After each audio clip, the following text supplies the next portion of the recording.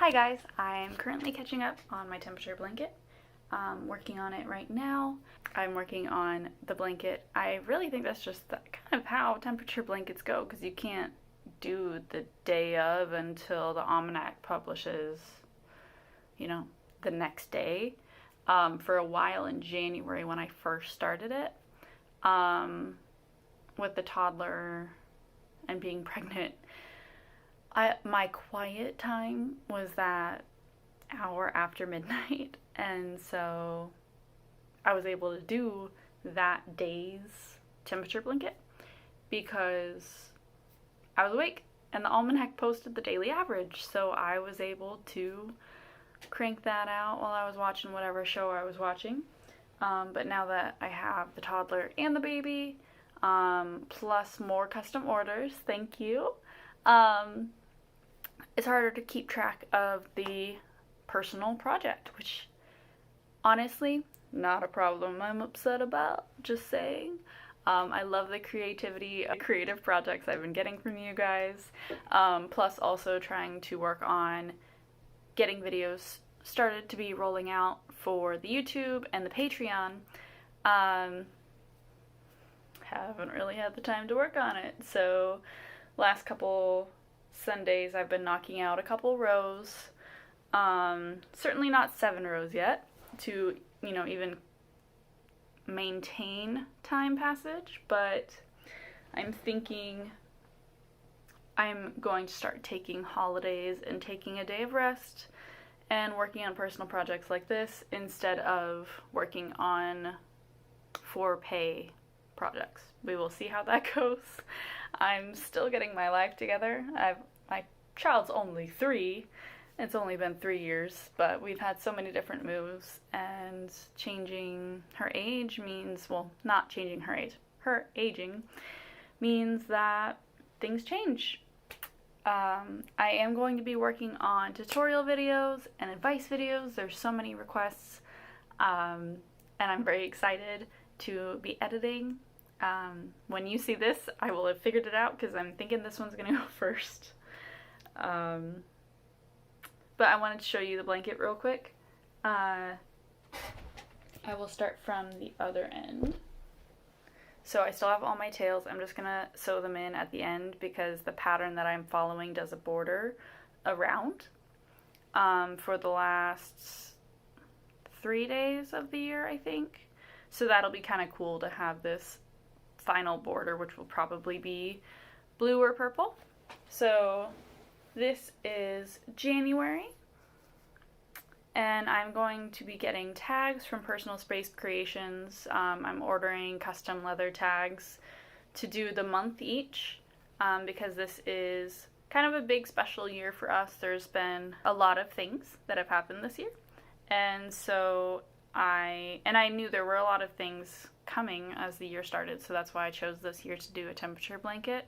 You can, since you base it on the almanac, you can do temperature blankets, temperature scarves.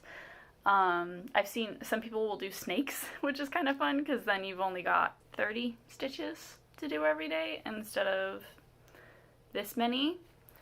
So this is the temperature blanket, and I did not do the stitch correctly. I thought I had been doing a bobble stitch pattern around the same time that I started this, and so I accidentally did a weird combo of a bobble stitch and a double crochet here. So the first double crochet section is very bubbly, and so the width is all wrong, but you know what? It's a personal project, and I will always remember that. And oh man, the pregnancy brain was so rough because literally the very next section I did for this, like I said, bobble stitch, but you'll see bobble stitch here, or crummy half double bobble stitch here, and then the very next one, it's this square shape, right? It's not supposed to be this square shape. I'll go further down. This is a nice example. It's supposed to be 3 double crochets over a double crochet post, so that it makes this nice square or diamond, depending on how you look at it, in this section. But over here I've got the bobble and then the square. I might decide, because I'll know in December when I'm finishing. I'm honestly considering mimicking this for the last couple rows, but you'll see I folded it half on screen. It is a full blanket. This is, I think it was 298 stitches. I haven't counted to see if I've accidentally dropped any, but it's not like knitting, so maybe knitting, joining, I don't know. But so this is January. We started getting warm at the end of the month. I remember that. And then, what is that? 1, 2, 3, 4-ish of these. That's like one a week. That's kind of cool. There are 8 in the set, so it's a little off, but it works. 1, 2, 3, 1, 2, 3. This is about February. You see we start warming up. I've got the darkest purple is, I think it's below -20 is our average, and then the light purple is below 0. This is the blue is above 0 by 20 degrees. This is 20 to 40 degrees as the daily average. This would be March. And then back down, and you'll see I use this sparkly blue. You see this darker blue, it's got sparkles in it, glitter. That is for when we moved into the house, so this is actually mid-March. I told you my counting would be wrong. This is March, so this is mid-March. This is when we closed on the house, is this blue. And then this green, I did blue-green here because it's the birth of my second daughter, and this is the day I went in the hospital, and this is the day I had her, so it's this dark green. It has glitters in it too. Is for, this is 20 to 40 degrees. And then we go into May, and that would be all this yellow here is the daily average is 40 to 60 degrees. This is 60 to 80. Yeah. And this is 90 to 100. I think I did my math wrong for my numbers there. But there's only one red row in June. I think this is the end of June. Like the week before the end, because that tells you how far behind I am.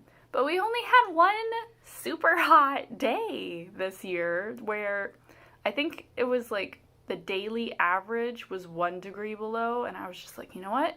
I want red, because I was doing it mid-August where I was catching up writing down in my list. So I knew that that was the only one. So I was like, you know what? We're cheating this. I cheated the orange. Should have been orange into red, but I wanted to have the whole rainbow in here because I did pick rainbow colors because I wanted colorful and I wanted primary, secondary colors, you know, because, I didn't want I wanted to be able to see the difference, and by having, primary, secondary colors, they stand out so nicely against each other. So you can really see the stitches, you can see everything. It wasn't about being proud of my stitches, but more so just, excited to see the daily difference, because we do live in Alaska, and it's so easy to think of this period here, that it's just this cold, dark time. But really, this brightness into our year, this is half of our year, and half of it is this, and I'm in interior Alaska in Fairbanks. It's this warmness and this brightness to the colors, to the sky, the gardening that I was able to do this year. So it's very nice looking at a more broad way to look at our year and to know, yeah, there are days where it gets cold again, but the summer does come back. And so I'm excited to finish this and have this in my living room.